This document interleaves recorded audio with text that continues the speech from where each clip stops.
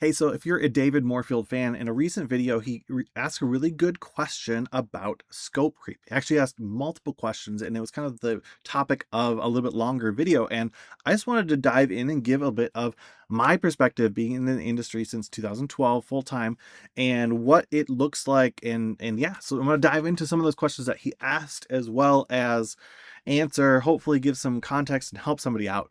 When should you charge for scope creep? Well, David's situation raises a really big question. Not every project change is scope creep.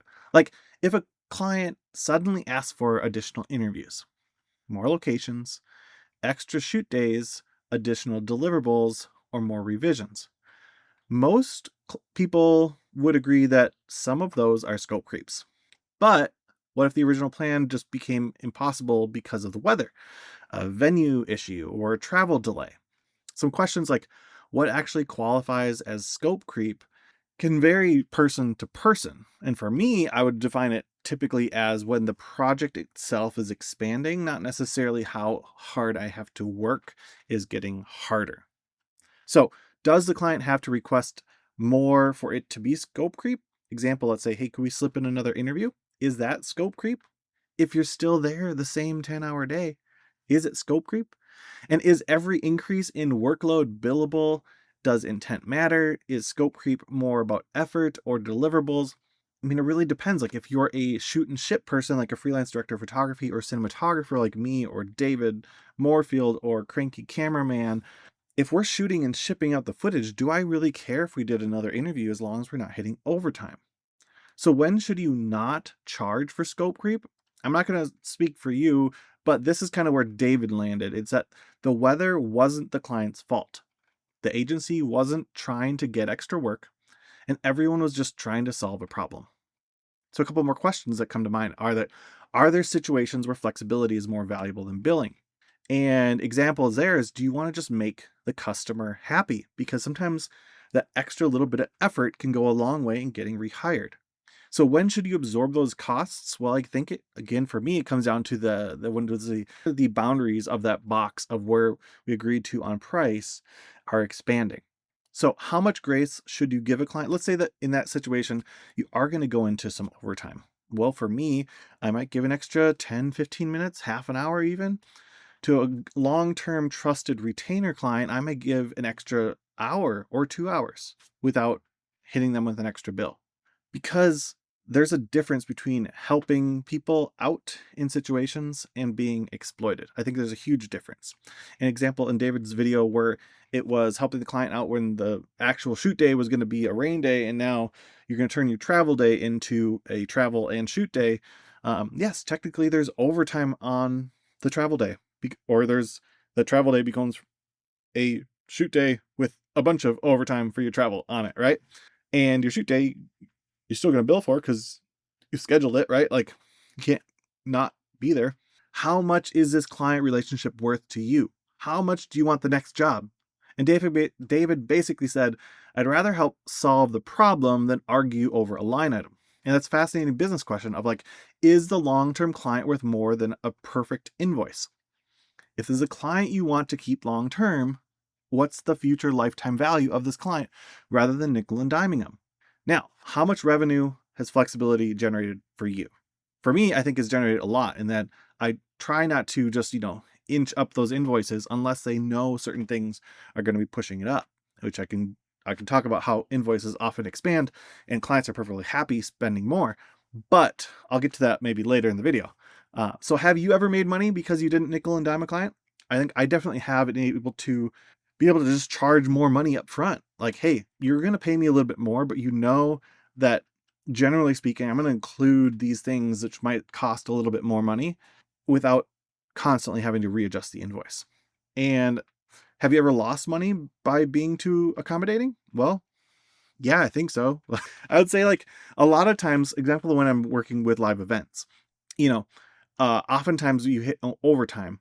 And for a lot of clients, a lot of vendors or professionals, if they go 15 minutes into the new hour, they're billing it a whole hour at whatever the overtime rate is. You hit 20 minutes, 30 minutes.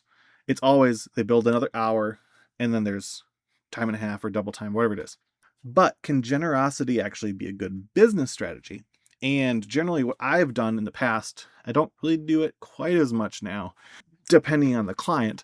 But my best clients over the years, I've given them, like, I've rounded it to like the 15-minute mark. Hey, we went 15 minutes over. I'm only going to bill you 30 minutes. It's double time, but it's literally billing you less than 1 hour of overtime. And what I think that's doing is it's building goodwill with the client. Now, I will say there's some big caveats there in that the company may have policies like, we want to pay you net 60. Well, in that situation, maybe you bill the full hour because that's industry, what you should have done.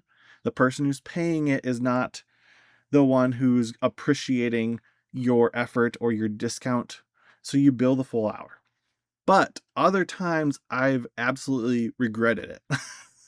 When a client is tight on the budget, when the client is the person who's approving that invoice and looking at it and be like, well, wait, we didn't go a full hour, and you have to explain yourself. Like, I don't like having to explain myself on an invoice to say, hey, we went 30 minutes over and I'm going to bill you for 2 hours at regular rate. It's like you were double time and you went an over hour. Like, when does that flexibility become, I guess in the flip side is like, when does that flexibility become exploitation?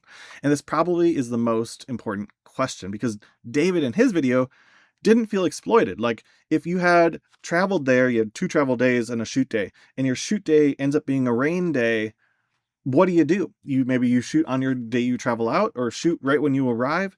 And many freelancers, they know what exploitation feels like, right? It's when the client schedules your project way too tight, and like, there's no way we can actually pull this off, right? Like, the schedule's unreasonable, right? I think freelancers know what exploitation feels like. It's like when you see your schedule. I had a project where they were wanting to hire me, and they said it's going to be a half day, which I normally don't do half days.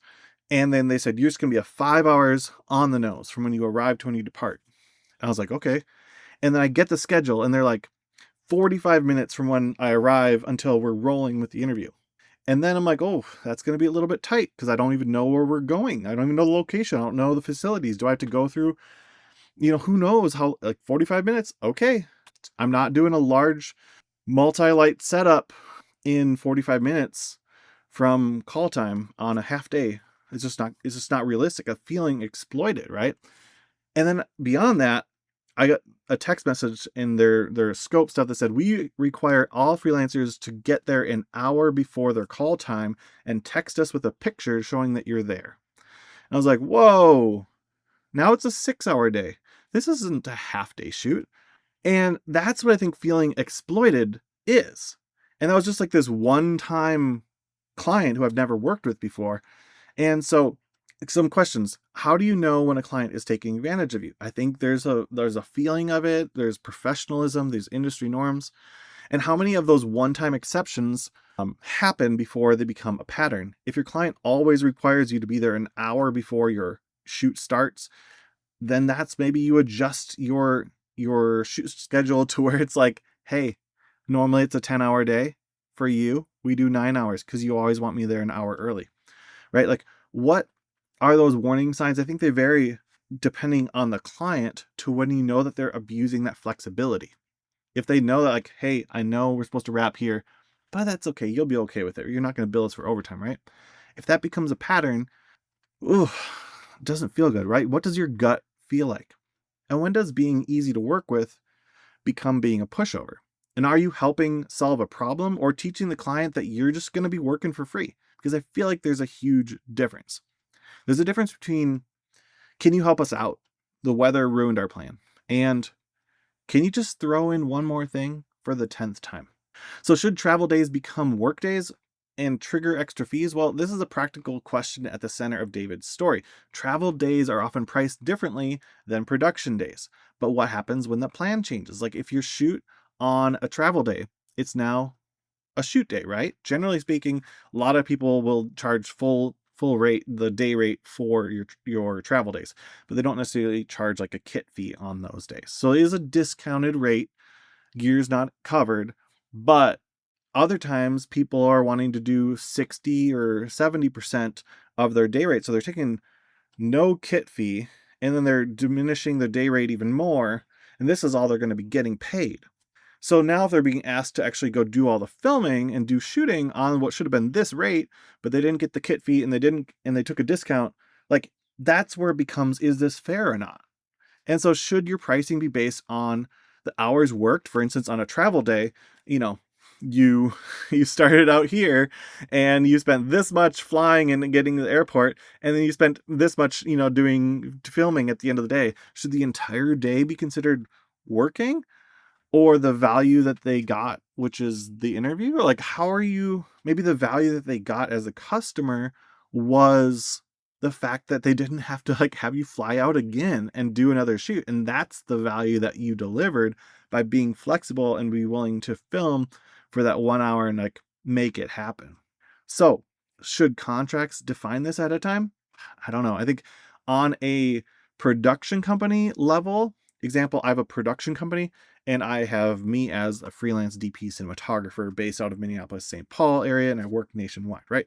So my production company will have much more extensive contracts and all the details, especially when I'm bringing on multiple camera crew members, rentals, all of that stuff. So I think a lot of that stuff should be defined.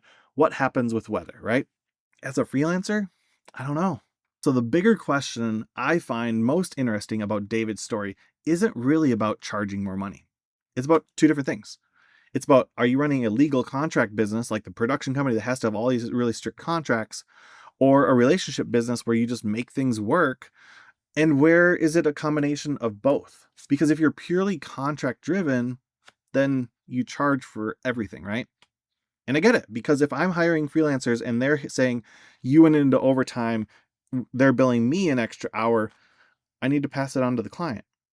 But in a purely relationship driven situation, you're eventually going to get taken advantage of.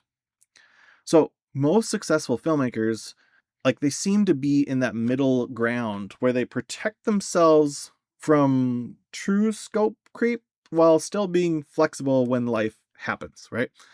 And that's a much harder skill than simply knowing when to send an invoice. Anyways, if you like this video, go watch the original video by David Morefield. He's great. I love him. And if you want more content like this, subscribe, drop a comment down below. Let me know, when is a time when you have charged for scope creep. I want to know, like, feel like that's the things I want to know. When did you, and when should you have, but didn't, and maybe you regretted that. And also, I was like, if you charged for it, did you lose a client? Like, I don't know. But anyways, hope this video helps somebody out there. And thanks for watching. And David, if you see this video, thanks so much for your channel, for all the work you do. Thank you, Cranky Cameraman, for kind of inventing this space of video on YouTube and conversations. And look forward to guys. Actually, thank you, David. He emailed me a spreadsheet. And so anyways, hope you all have a fabulous day. Take care.